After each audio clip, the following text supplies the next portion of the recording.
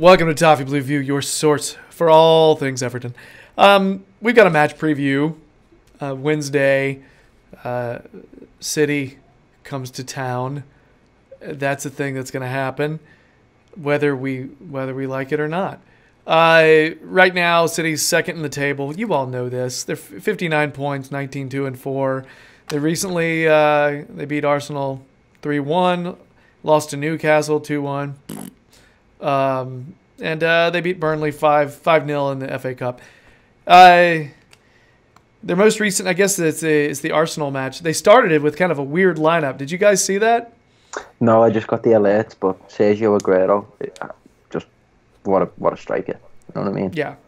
And by the way, I'm pretty certain he scored with his it was his ribs, not his arm. Although in real time, it looked like he scored with his arm. It was weird. I think he said after the match it was a handball. So really, he even admitted it in an interview. Yeah, he wasn't even like shy about it. Yeah, it was.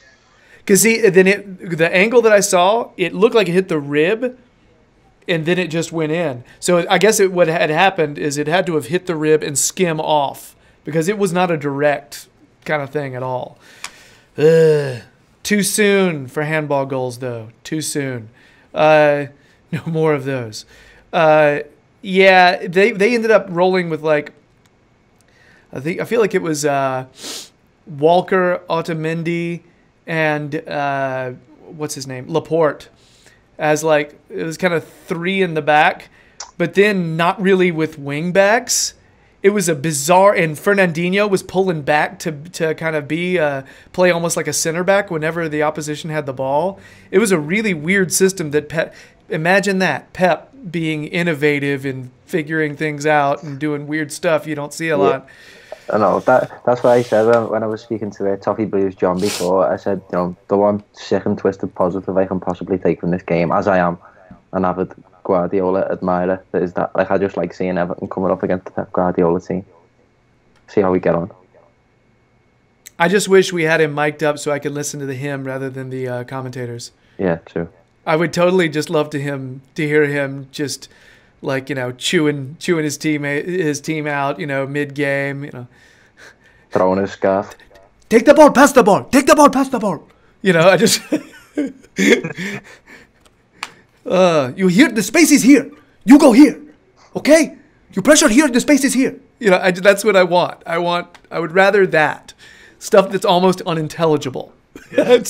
You gotta say guys more than that. Everyone's guys. Guys. It's here, guys. I need to see this. This is football, guys. This is. Oh man, yeah. That was my favorite thing about that damn Man City show. Just I could listen to that guy. Just great. He's like the part when he's getting all annoyed with them. We are tired. Fuck you. It's so good. I loved hearing him. Oh, hearing him just kind of go off, man. He gives a good rant. Yeah. So possible starters. It's weird because of that bizarre kind of formation they ran last time. It was primarily a bunch of attacking players that they just threw on the field besides their defense and Fernandinho. It was strange. I don't know if he's going to do that again. He might. All right. That is honestly, I don't know if we provide enough of an attacking threat where he would think he would need to change it, because it worked out well against Arsenal. Yeah. I don't know. But if he does change it, we'd be looking at Ederson, Walker, Stones, Laporte, Danilo. Danilo was the one that did not start, so you could see Bernardo Silva in instead of Danilo, okay, which is a strange substitution, but okay.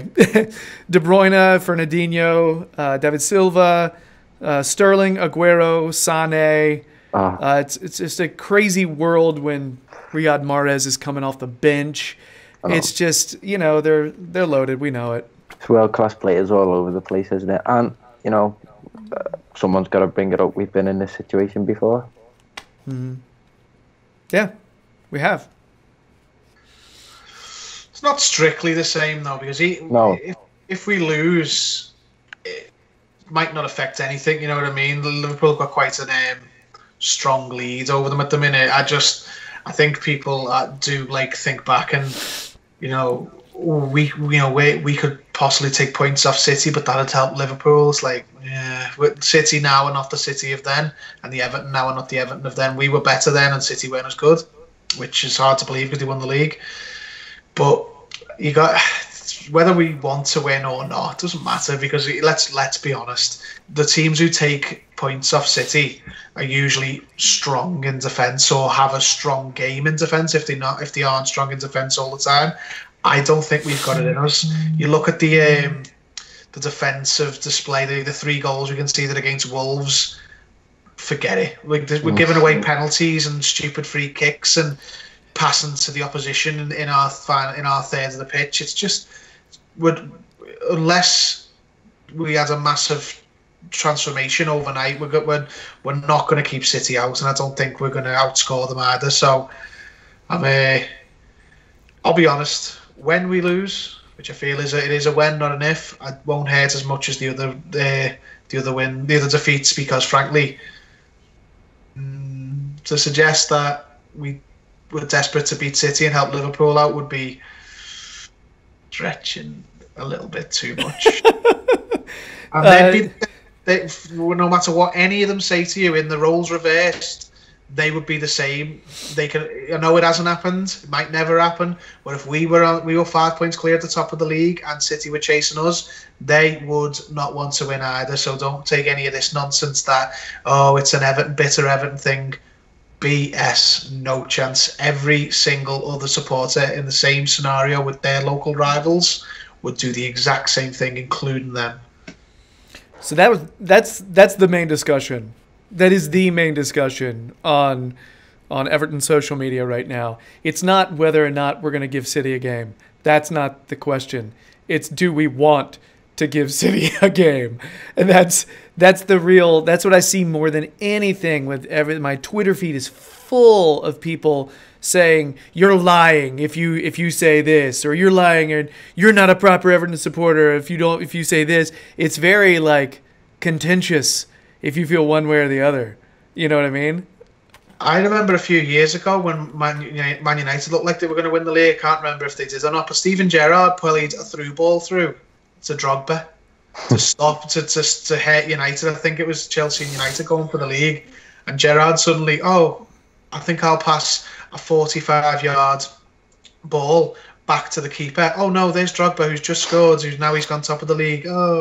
So when the shoe was on their foot, they did the same thing. So you can drop all this nonsense about they wouldn't do it and it's just us being small time or whatever it is. Nope, afraid not. Everyone does it, and if we were going for the Champions League or we were going to get relegated, maybe I'd feel differently. I care more about Everton than Liverpool. I ever will about Liverpool, and if it affected us massively, beat City, even if it helps Liverpool. But what are we going to do? Secure 8th with this with a win here? Don't think so. See, that was my question for you, Max. Is,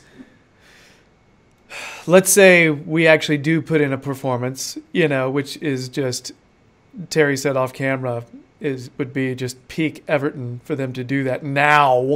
Mm-hmm. But if it is the kind of thing that kind of actually made them entertaining to watch again, a big turning point, gave them momentum going into the summer and in the next season, is a win worth it?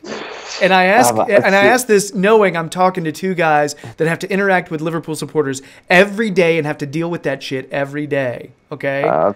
I've subsided, to be honest. I've half accepted within my own mind that they're going to win it anyway. So yeah, I have. I accepted at Christmas that they're going to win it. So it's not something I'm particularly worried about. If you could guarantee me that a win would do all that, sorry, I know you'd asked Max, but I'd take the win if you could promise me it would mean all that you just said. But it wouldn't.